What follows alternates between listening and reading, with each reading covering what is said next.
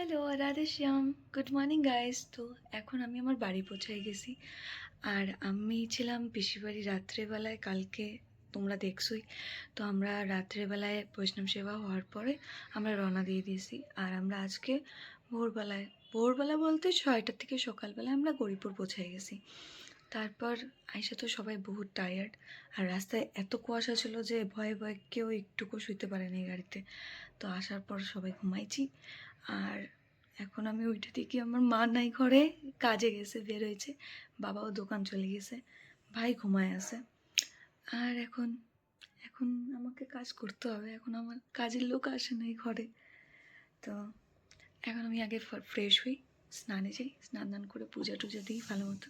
তারপর দেখা হইতেছে আবার।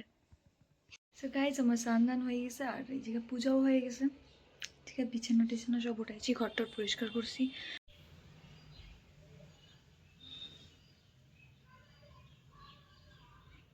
এখন আমি ভাবতেছি আমি রান্ধি কি। নিরামিষ পাকে কপালের জন্য অন্ন বসাইছি, ওই পাকেও ভাত বসানো হয়েছে। এদিকে ডাল করতেছি, ডাল হবে। আর টাইম নেই। আলু শুক্তো। তো আমার রান্না হয়ে গেছে গাইস। এখন আমি করছি ডাল আর বেগুন ভাজা। আমি জানি পুরো গাইল তো খাবো, বাবা আসলে কবে এইটা রাঁধছিস খালি। কিন্তু একটু খুশি হবে, ডালের মধ্যে আমি সবজি দিয়ে দিছি, মানে ফুলকপি, এগুলা বাবা ভালো পায়, তো দিয়ে দিছি একবারে। ওটার মধ্যে আমি করবো একবারে খাওয়া দাওয়া করো, আলাদা আলাদা নাই। তো এখন আমি এই ঘর পরিষ্কার করি, এখনো মা আসে নাই। আর কাজ করতে ভালো লাগতেছে না, বাসনের মতন বাসন পড়ে আছে। ওই ঘর তো অবস্থা খুবই খারাপ। আর আমার শরীর আর চলতেছে না, প্রচণ্ড ঠান্ডা লাগতেছে, বেলা পার হয়ে গেছে। আমার এখন খাওয়াও লাগে না, আমি এখন শুবো। আর তার মধ্যে ভাইকে পাইতেছি না। ও যদি, মা যদি এসে শুনবে ও খায় নাই, আমার অবস্থা খারাপ হয়ে যাবে। সো গাইজ, এখন বাজে 5:30 আর আমার সব কাজ হয়ে গেছে। সব কাজ হয় নাই, মানে এখনও কাপড় গোছানো বাকি আছে। আর বাকি সব হয়ে গেছে। বাকি সব বলতে ঘরের অবস্থা প্রচণ্ড খারাপ ছিল, আর আমি ছিলাম না বাড়িতে যেহেতু। আর ঘরের কাজগুলো আমি করি, তো ওই জন্য ঘর পুরা অগোছালো ছিল, ওগুলো সব পরিষ্কার করলাম। আর এখন আমার শান্তি লাগতেছে, মানে ফ্রেশ। বাট কাপড়গুলো আছে, বহুতগুলো আছে, আর আমি কাপড় গুছায় নেব।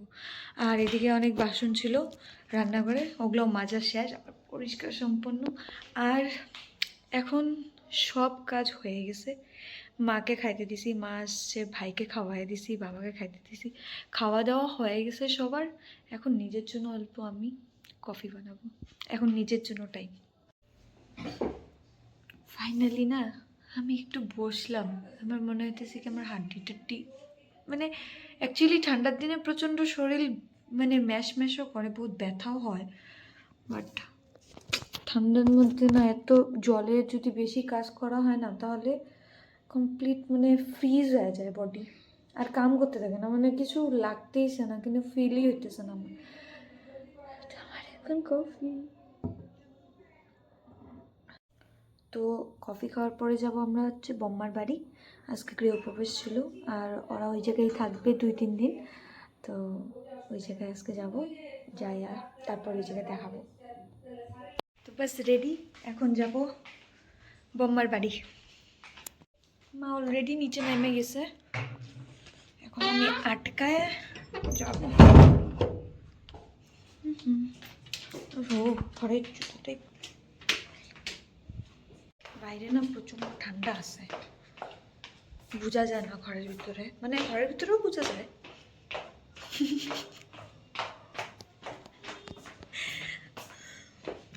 আমি সিরিয়াসলি জানি না আমি যাই কইতেছি, বাট গাইস প্লিজ শুনো, আমি যা যা কই তাই তাই শুনো। আর this is my trial. Guys, love me the way I am and adjust. ওই জয় না, গাইস এটা হচ্ছে বাম্মার বাড়ি। আমি দেখাই ব্যাক ক্যামেরা করে, আমি বাইরের থেকে দেখাই, ঠিক আছে? এটা গেট।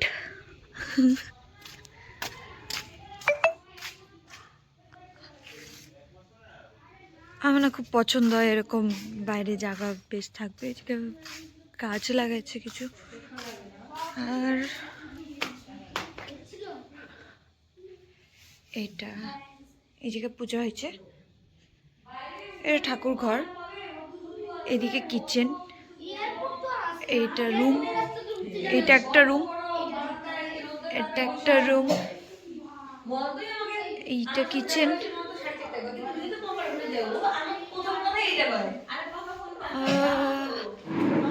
এদিকে বাথরুম।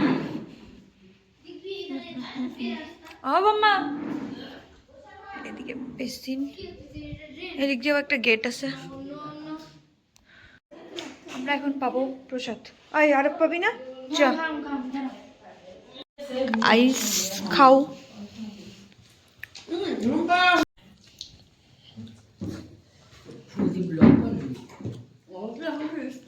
ব্লক করবে তোকে।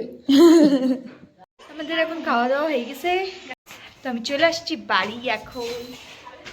আর পুরা কান ব্যথা শুরু হয়ে গেছে আমার। তো চাবি নাও না, এই যে এখানে চাবি ছিল, আমি তো ধরলাম।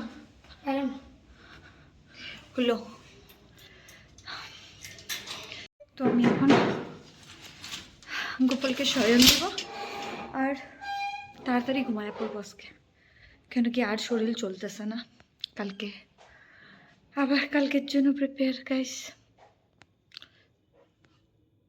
এই জায়গাটা কিন্তু সুন্দর না, লাইক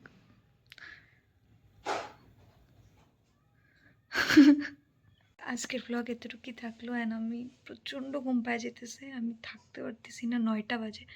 এখন আমি ঘুমায় পড়বো, কালকে আবার দেখা হইতেছে। Tata, good night.